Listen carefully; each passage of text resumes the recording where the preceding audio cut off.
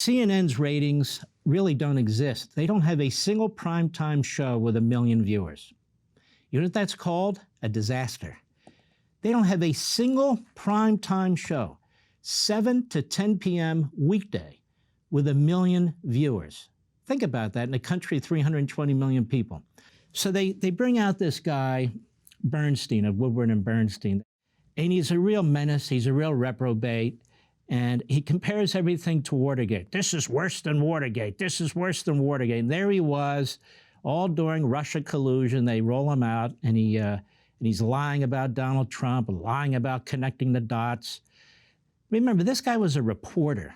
It just shows you how corrupt and partisan these reporters are.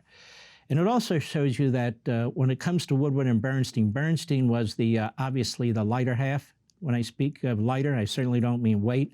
I mean intelligence-wise. So let's take a look at this. He's talking about another coup on January 6th. Go.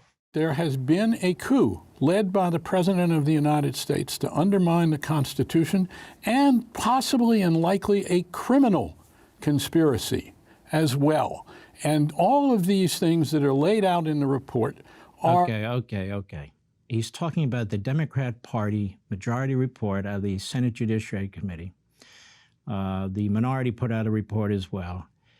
You know, ladies and gentlemen, there is a criminal investigation, and there has been on January 6th. Over 600 American citizens have been charged with such heinous crimes as trespassing. Now, some people have been tried for assault, very few, and, doing damage to the Capitol building. I make no excuses for that. But the vast majority of those 630 or so people did nothing.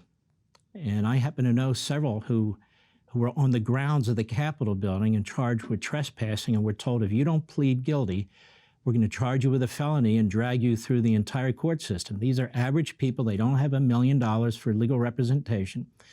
Several of them have been put in solitary confinement for a period of 6 to 8 weeks.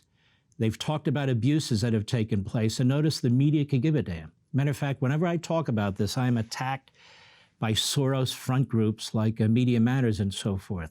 Well, they can attack me all they want. The fact of the matter is, I don't like the way these people are being treated in the least. I mean, Black Lives Matter and Antifa beating the hell out of people, attacking cops, killing some people, looting, arson, all kinds of criminality taking place. And you don't see them being rounded up, SWAT teams going into their homes, dragging them out in the middle of the night. You don't see these kinds of cases. As a matter of fact, the FBI said that what they're doing here is the biggest investigation in the history of the FBI. The biggest investigation in the history of the FBI, not 9/11, not the summer that our cities were burning. This is the biggest investigation. And you know how many people have been charged with arms offenses in Washington, D.C., breaking into that building? Not one. Not one, because not one of them had a weapon. Not one. Again, I'm not making excuses, but to call this an insurrection is a joke. You know who they're not investigating in this great January 6th investigation? Nancy Pelosi. Nancy Pelosi was offered, I was told, 20,000 National Guardsmen by the President of the United States, Donald Trump, and turned a deaf ear to it. You know who told me that? The Chief of Staff to the Secretary of Defense, Kash Patel. He said she didn't ask for any, she didn't want any. Well, why is that? And what exactly were Nancy Pelosi's orders?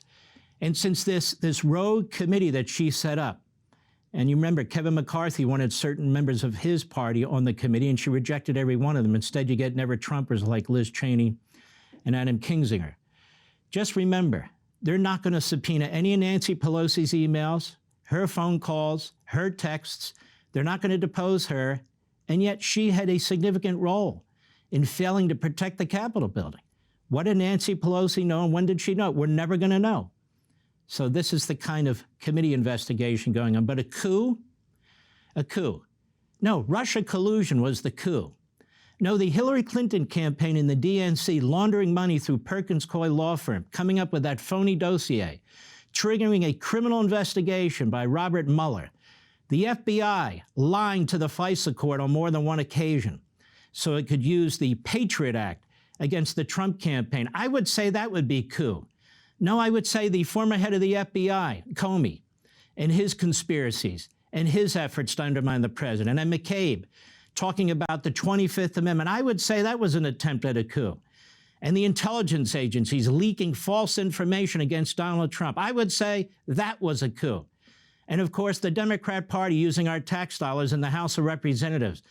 One investigation after the other. The Intelligence Committee using its authority in violation of its responsibilities to investigate a president of the United States, a domestic matter. I would say that was a coup effort. And so let's be clear about coups. Want to see more Mark Levin? Go to LevinTV.com and subscribe now.